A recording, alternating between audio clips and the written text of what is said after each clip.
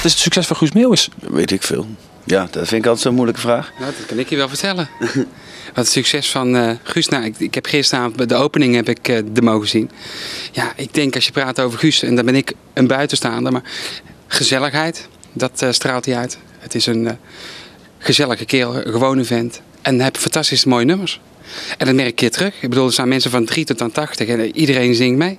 En ik heb heel veel gezien in mijn carrière, maar polonaises van 300-400 meter heb ik nog nooit meegemaakt. Ik zag ook al een tapje op het podium staan. Ja, dat is vorig jaar is hij geboren en dit jaar was er sprake van dat hij niet terug zou komen. Daar hebben ze hem al hard voor gaan liggen. Vorig jaar deed hij het de eerste avond niet. Kreeg ik een glas karnemelk uit de tap. Dat hebben we natuurlijk nu wel even beter geregeld. Nou, ja. Dat is opgelost. Dat is opgelost.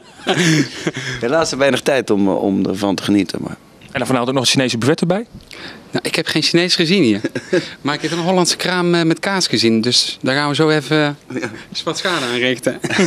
Ja, Chinees buffet. Dat is wel een goed idee voor volgend jaar, zeg. Het was gisteren geweldig, ja. Het is natuurlijk wel spannend. Het is gewoon, je bent maanden aan het voorbereiden en allerlei dingen aan het verzinnen. En in de repetitieruimte krijg je wel enig idee. Maar je moet het toch wel eerst even zien als er mensen bij zijn. En het liep als een trein. Zijn dan die spanningen er ook weer?